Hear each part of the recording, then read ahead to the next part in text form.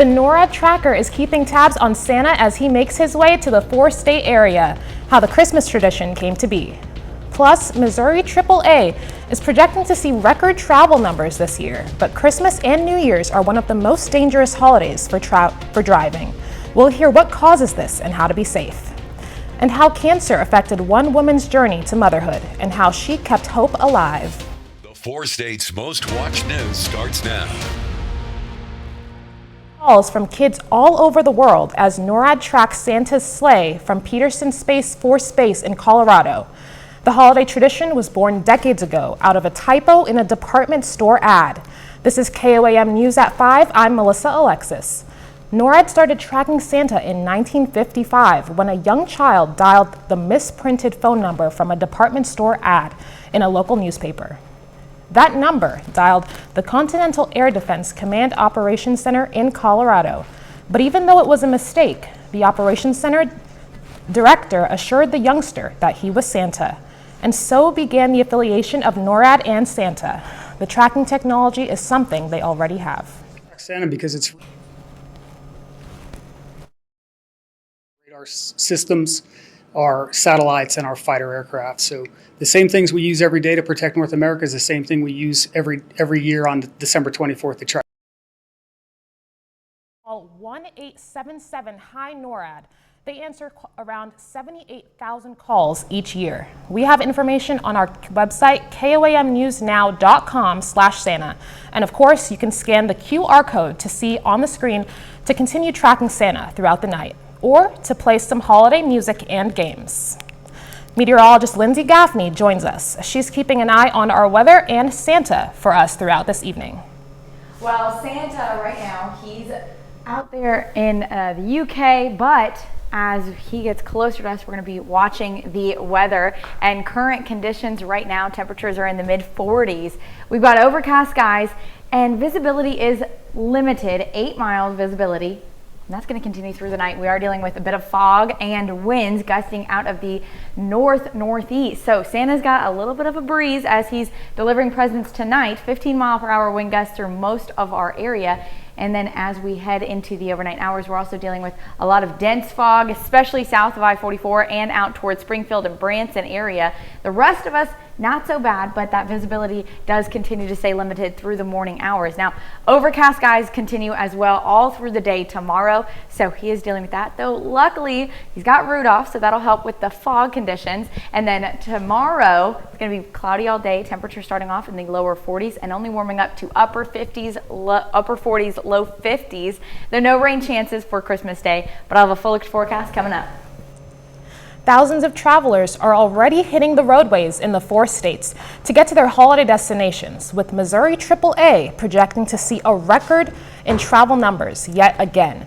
Several major highways run through the four-state area, including I-44. With so many travelers, AAA encourages drivers to be prepared for increased traffic, put the phone down, and watch out for other drivers. I think the biggest piece of advice we can give drivers is make sure you leave plenty of time to get to where you're going safely. You don't want to have to rush out on the roads. There's going to be increased traffic. Take that into account when you make your travel plans of what time you leave. Across the U.S., it was a stressful start to the holiday season this morning for passengers catching flights on Christmas Eve. But the worst of the issues were short-lived. Flyers were soon on their way to see loved ones or take vacations. Erica Brown is at Reagan National Airport outside of Washington, D.C. with more details. We're going to Grandma's house for the holidays. About 5.5 hours through the rain, but traffic hadn't been too bad at all. Thousands of travelers are already on the roadways, traveling from, through, and to the four states to get to their holiday destinations. Missouri AAA expects record travel numbers yet again. Total volume of travel in the U.S. is expected to be about 119 million Americans traveling more than 50 miles away from home for the holidays, with about 2.3 million traveling, leaving from Missouri. Several major highways run through the four-state area, including I-44.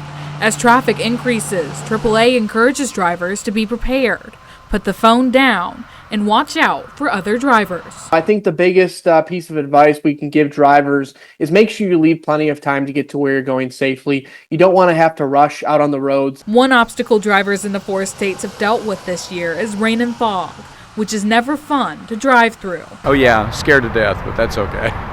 Other drivers say it's important to mentally prepare before hitting the highways, especially in non-ideal conditions.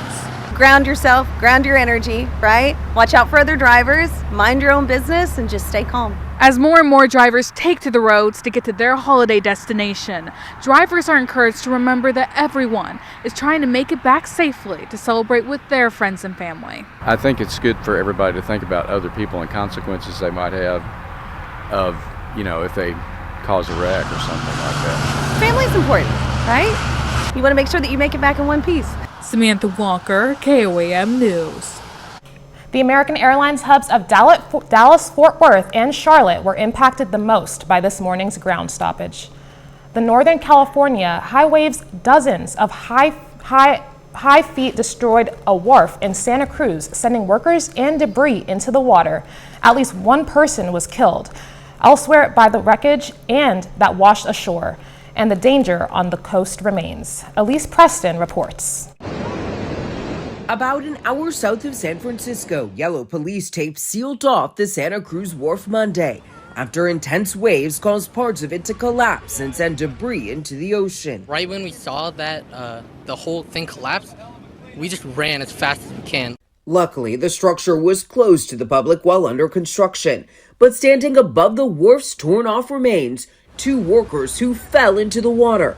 They were rescued and a third swam to safety. The wharf began to pick up like a wave and come towards us. It was like a movie. I said, evacuate. It's 4 shocking witnesses standing just feet away, like Jamila Starr and her family. We called the lifeguards. They came, we told them the location of the victims, and then we rushed off the wharf as fast as we can. The National Weather Service forecasts 30 to 60-foot high waves crashing onto the wharf's coast along Monterey Bay. At nearby Sunset State Beach, 1 person died at the hospital after being trapped under rubble washed up by large waves. And just south at Marina State Beach, a man went missing after police say strong currents pulled him out to sea. Back in Santa Cruz, Mayor Fred Keeley is warning of a dangerous time near the ocean. We are anticipating that what is coming towards us is more serious than what was there this morning. Elise Preston, CBS News. Still ahead, Christmas Eve strikers. More workers join a strike at Starbucks stores across the country. I'm Wendy Gillette in New York with what they want. And next in Health Watch, during a woman's journey to motherhood, she finds out she has cancer. In a story of hope, after battling cancer, her journey through IVF leads her to having her miracle child.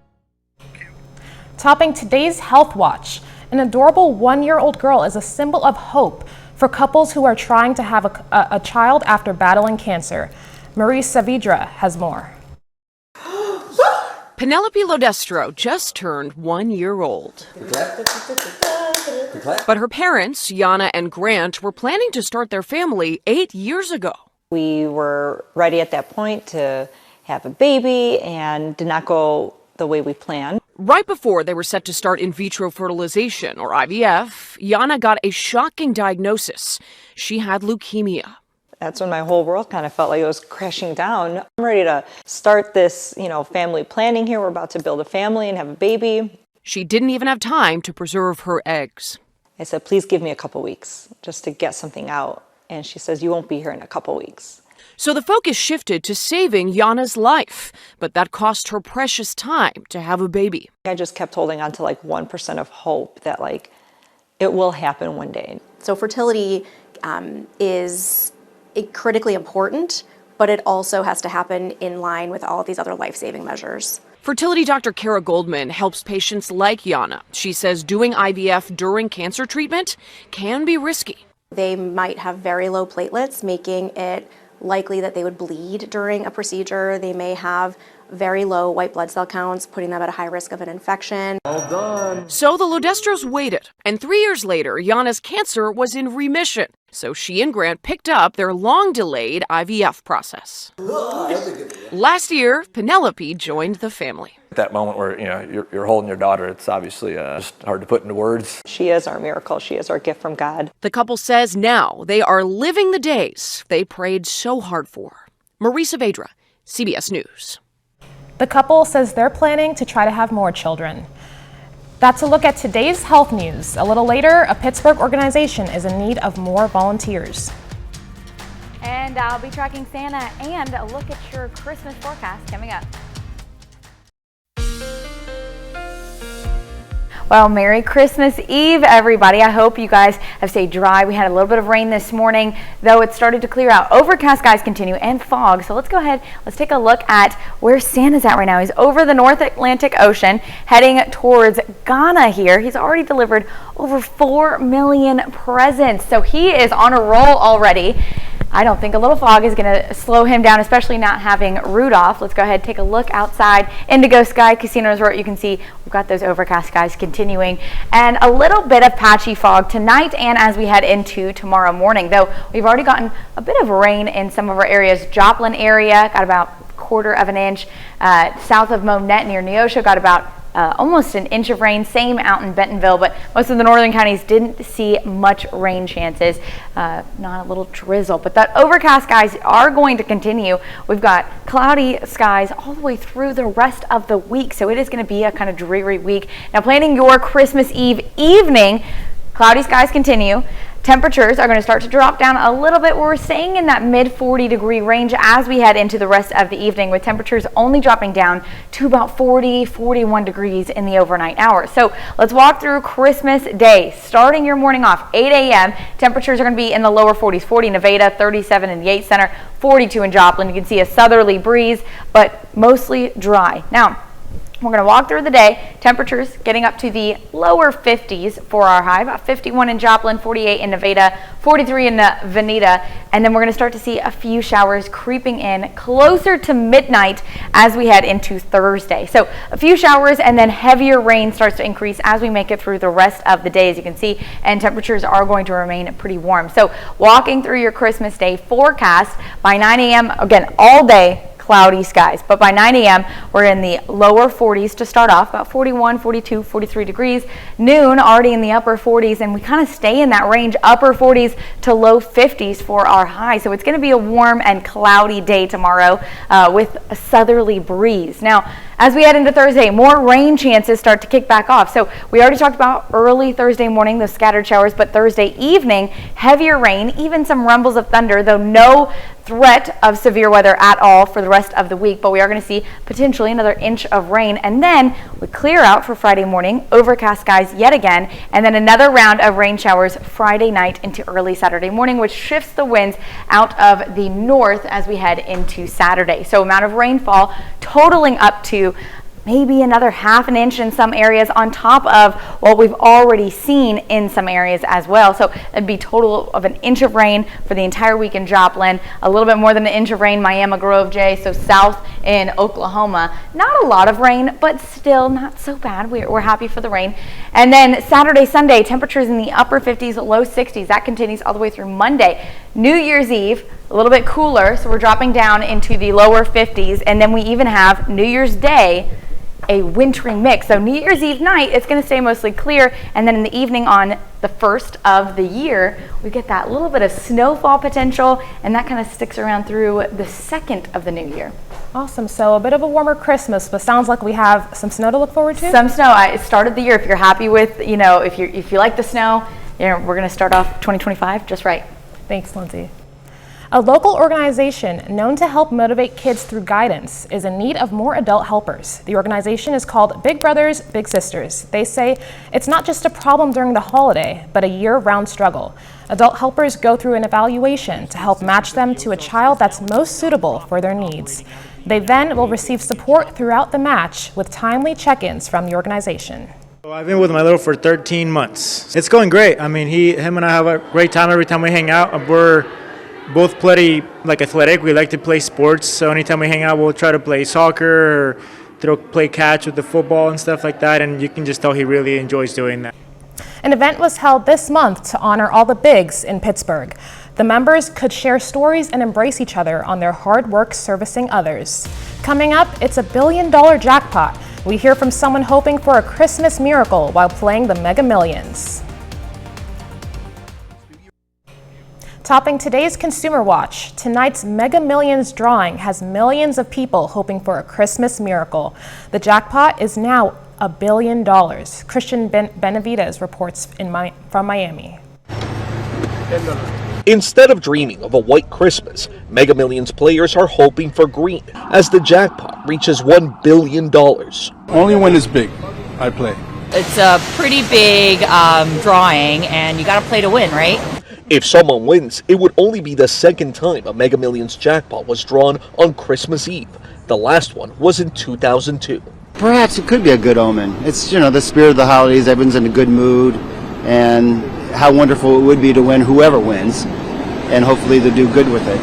There have only been 3 winning jackpot drawings this year, the fewest of any single year since the game began. I have hopes. The odds of winning the jackpot are 1 in nearly 303 million, but that's not deterring Antonio Olirbes. I'm 36 years old. With that kind of money, I can live this life and the other life and protect my kids for 3 generations, I think so. He says if he does win, he will try to stay anonymous. Believe me, when you got $1 billion, friends show up. And starting in April, the price of a Mega Millions ticket will go from $2 to $5. The lottery says it's part of its new and improved game that will offer larger starting jackpots, grow faster with better odds of winning. Christian Benavides, CBS News, Miami. In related lottery news, the sole winner of a $1.1 billion jackpot has finally come forward in New Jersey, 9 months after the drawing. It's the 5th largest Mega Millions jackpot. The winner has chosen to remain anonymous. Thousands of Starbucks baristas in 12 cities are on strike this Christmas Eve. They say they need higher pay, but the coffee chain says their demands are not sustainable. Workers from more than 60 stores are walking the picket lines, including in New York City. Amazon workers are also on strike at 7 delivery stations over better pay, benefits, and working conditions. Final check of the forecast next.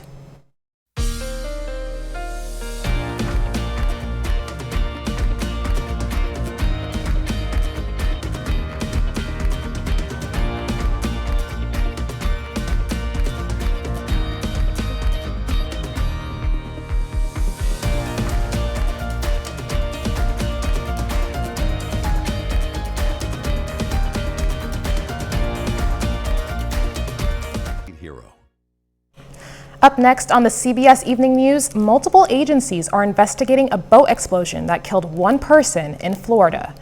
Then on KOAM News at 6, AAA gives drivers tips on staying safe during holiday travel. Plus, a Coffeyville Community College football player is named to be the All-American team. And we'll have more on how live tree sales are doing this holiday season compared to last year. Stay with us for the CBS Evening News and then KOAM News at 6. There's good news about a lucky black bear that will forever be linked to Christmas. On Christmas Eve in 2017, a bear cub was found in a dumpster near Lake Tahoe, California. She was malnourished, hairless, and close to death. Her rescuers named her Eve, and now this bear is celebrating 5 years at the Black Beauty Ranch in Murchison, Texas. Her caretakers there say she's continuing to make a remarkable recovery. Years, she has really come into herself. She loves exploring her habitat, climbing trees, splashing in her pool, or even just lounging in a nest at the base of a tree, basically expressing natural bear behaviors. And she has the freedom to just be a bear again. Eve shares an expansive habitat with 3 other rescued bears. Her caretakers say her coat will never recover enough to allow her to live in the wild, but she is safe and thriving in her Texas home. I love to see that. That is, adorable. She's doing such a great job recovering, and so cute. I love that. Awesome. You know what else is pretty cute? These temperatures, we're not freezing this Christmas, so we aren't getting a white Christmas, unfortunately. Then we're not getting any rain either. It is going to stay pretty cloudy, temperatures only reaching low 50s, and then we start to see more rain Thursday and Friday as temperatures continue to increase before our New Year's possible snow. Awesome. Thanks, Lindsay. Thanks for joining us. The CBS Evening News is next. Of course, we'll be right here for the KOAM News at 6. We'll see you then. Have a great evening.